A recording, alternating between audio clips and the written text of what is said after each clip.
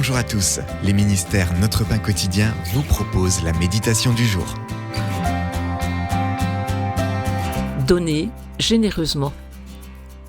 Le verset du jour. Tu sortiras toute la dîme, afin que l'étranger, l'orphelin et la veuve viennent et mangent à satiété. C'est dans Deutéronome chapitre 14, versets 28 et 29. En dirigeant un institut biblique à Londres de 1911 à 1915, Biddy et Oswald Chambers sont restés fidèles à leur principe selon lequel ils ne tourneraient jamais le dos aux plus démunis.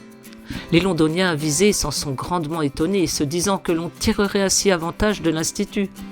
Mais Oswald a fait remarquer, sans en inviter d'autres à l'imiter, « Ma responsabilité consiste à donner. Dieu s'occupera de ceux qui demandent. » Ce couple a suivi l'exemple de notre généreux Créateur. Par les instructions qu'il a communiquées à Moïse, Dieu a établi les moyens généraux pour que son peuple vive en servant autrui, y compris en lui fournissant de la nourriture et des biens.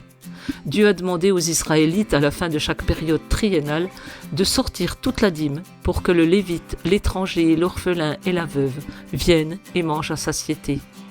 Par la générosité de son peuple, Dieu prend soin des plus vulnérables. Les Chambers avaient une telle confiance en Dieu qu'ils donnaient volontiers et sans poser de questions. Ils avaient appris à toujours craindre l'Éternel et à recevoir sa bénédiction dans tous les travaux qu'ils entreprenaient de leurs mains.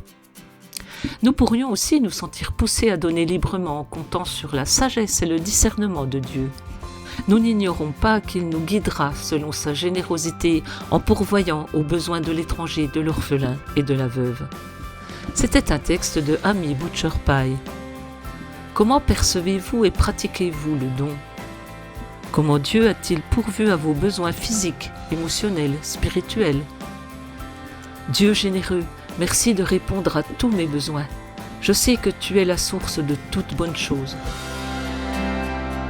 Cet encouragement vous a été proposé par les ministères Notre Pain Quotidien.